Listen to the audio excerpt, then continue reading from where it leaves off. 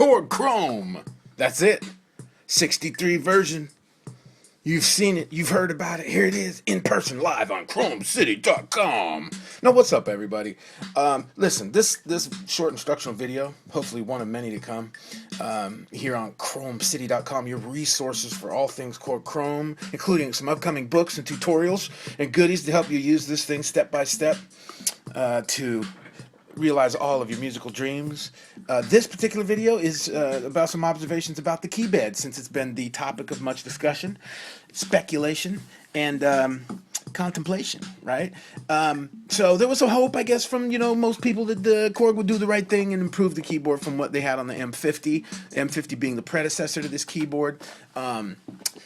Unfortunately, I'm here to tell you they did not. This keyboard sucks. It's very chintzy, cheap, and flimsy. You can see very thin keys, hollowed out. Feel very light and flimsy under your finger. They actually move back and forth. They actually roll if you twist them like this. You go, well, why would you ever twist a key? Well, you would when you play, and your fingers do all kinds of crazy things when you're hammering on keys, especially when you're playing percussion on them, like most people do on workstations, especially workstations that don't have pads. No pads to be found, so you have to use these keys. And one of the problems of flimsy keys, especially keys that separate from each other when pressed, is that if you hit a key hard enough, just at the right angle, bloop, your finger will go right between the two keys. In fact, it can even get wedged in there, especially you guys with smaller fingers. Oh man, I actually was playing some drums the other night on it, and my finger hit at a certain angle, went under the key, and when it popped back up, got caught and actually hurt. I was like, ouch! So these keys are cheap, flimsy, and chintzy.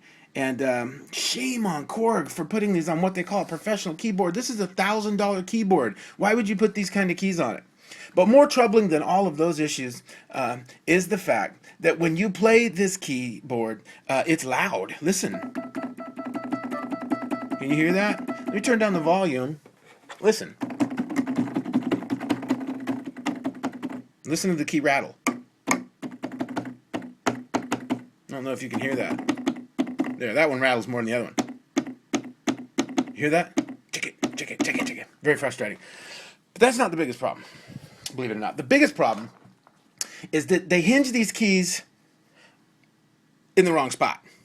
And therefore, when you touch the base of the key, it doesn't depress. What? No, it doesn't depress. And so watch, I'm going to give you a demo of this. I'm going to play a key at a certain velocity. I'm going to move my finger back towards the base and watch how the sound dissipates as I reach the base of the key. What? Look, I'm pressing the key and there's no sound. How is that even possible? I have to hit it very hard to even get a medium strike on it. Because again, this key's not even depressing back here. It doesn't even go down. From about here to about here, this key doesn't even depress. It starts depressing about right here. That's because it's hinged right here across the back of the keyboard instead of inside the keyboard, which would make this part easily depressible. Let me give you an example. Shoot to the other room really here. On my Roland RD700NX, which is, granted, the best keyboard, the best stage piano in existence right now, with arguably the best key bed ever put on a stage piano. If you've never had an opportunity to play this beast, please try it. If you love keyboard and you love piano, you will love this board. It's absolutely amazing. But let's go to the base of the key and see what happens when you press it. Oh, I see. The whole thing depresses, as you can see. You see that in there?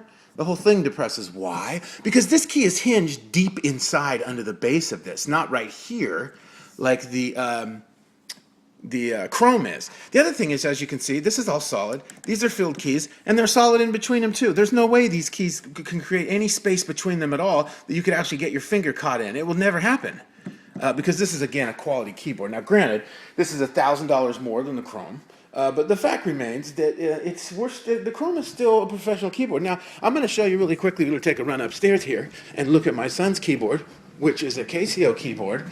And you'll see on this keyboard, now this is like a $250, $300 keyboard. These are just as quality of keys almost as the RD700. These are actually very nice keys on the Casio, but you can see they're solid. They're not hollowed out. And there's no way that you could ever get your finger caught between two keys.